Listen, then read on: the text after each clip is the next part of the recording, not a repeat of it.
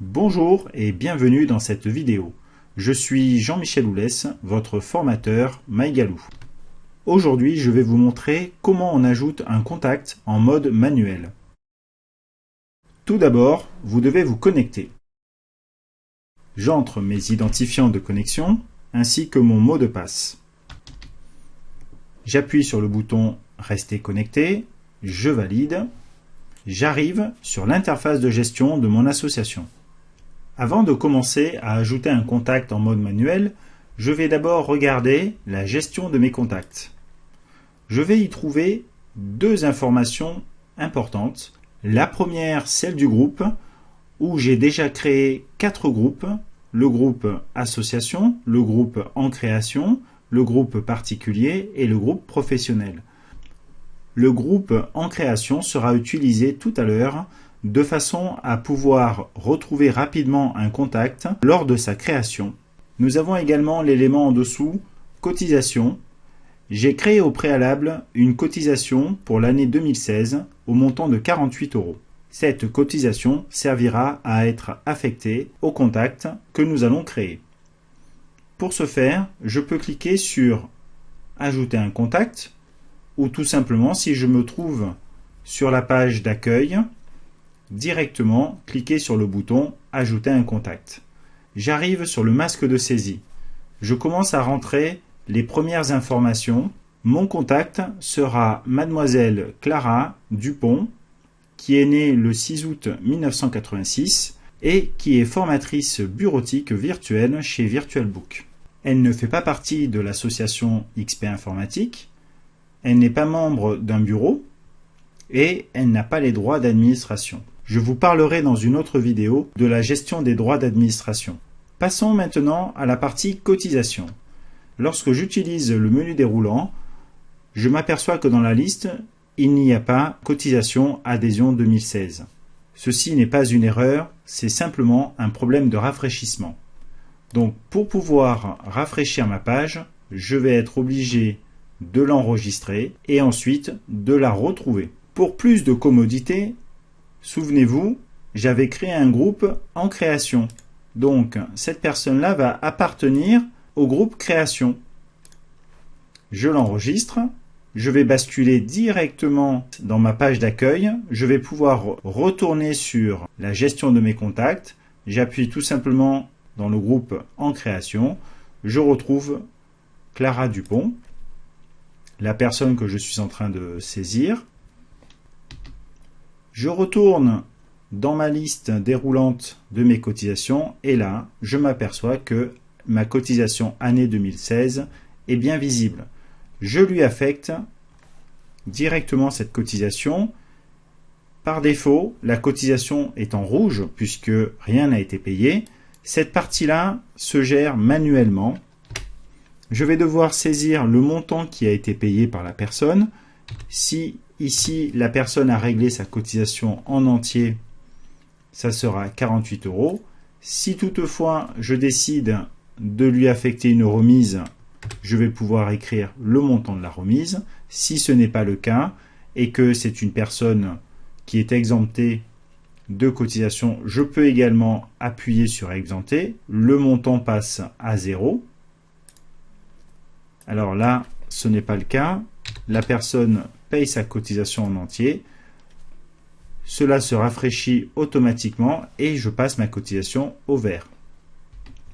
Je vais maintenant finir de renseigner les coordonnées de mon contact. Je peux ajouter un email. Je vais pouvoir ajouter un numéro de téléphone. Pour finir, je vais pouvoir ajouter une adresse postale. Lorsque je saisis le code postal,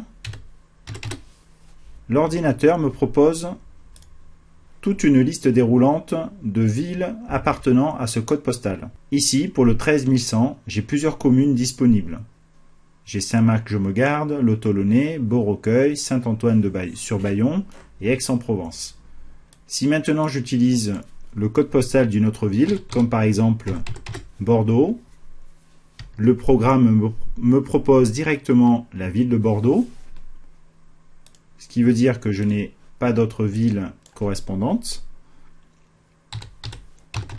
Si j'utilise la ville de Lyon, la même chose.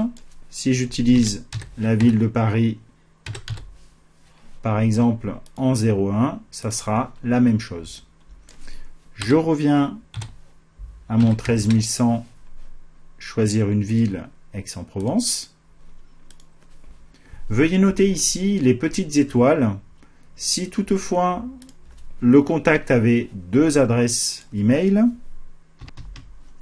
une adresse personnelle et une adresse professionnelle, je vais pouvoir choisir sur quelle adresse mail je vais lui envoyer les messages, tout simplement en cochant sur la petite étoile qui passe au bleu pour signifier que c'est l'adresse par défaut.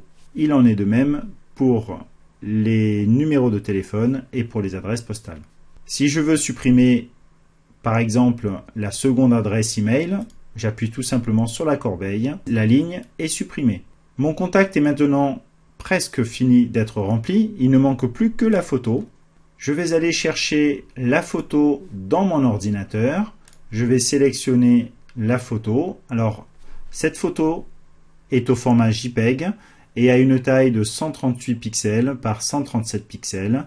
Je vous conseille d'utiliser une taille de photo de 110 pixels sur 110 pixels. Si toutefois cette taille était supérieure, comme c'est le cas dans cet exemple, l'ordinateur va directement retailler la photo à la bonne taille. La photo a bien été téléchargée. Je n'ai plus qu'à affecter les groupes. Alors là, la personne n'est plus en création, donc je lui décoche son groupe. Par contre, c'est une personne qui fait partie de l'association puisqu'elle est adhérente et c'est également une personne particulière puisque ce n'est pas une entreprise. Donc je coche particulier. Je valide l'ensemble. Je me retrouve avec les repères visuels, association et particulier. Ma fiche est maintenant terminée, je vais pouvoir l'enregistrer. Veuillez noter qu'à la fin de l'enregistrement, je retombe sur la liste de mes membres. Elle est vide, tout simplement parce qu'elle est toujours filtrée. Je n'ai qu'à supprimer les filtres existants. Je vais pouvoir cliquer soit sur association, soit sur particulier, puisqu'apparemment je n'ai qu'un seul contact. Je me retrouve avec mon contact filtré. Je constate rapidement au niveau du visuel que sa cotisation est à jour puisqu'elle est en vert. C'est une personne qui appartient à l'association et en même temps c'est une personne particulière, donc puisqu'elle ne fait pas partie d'une entreprise. Je remarque également, je retrouve son âge. Cette ligne va me donner d'autres informations avec des pictogrammes, comme par exemple ici, pas de droit d'administration, donc le pictogramme est éteint.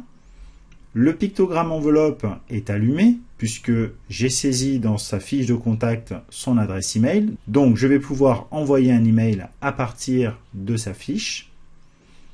Ici, le pictogramme Galou est éteint, parce que c'est une personne qui n'est pas enregistrée sur MyGalou. Et pour finir, nous pouvons directement supprimer le contact en appuyant sur la corbeille. Cette vidéo est maintenant terminée, j'espère que vous l'avez appréciée, à bientôt.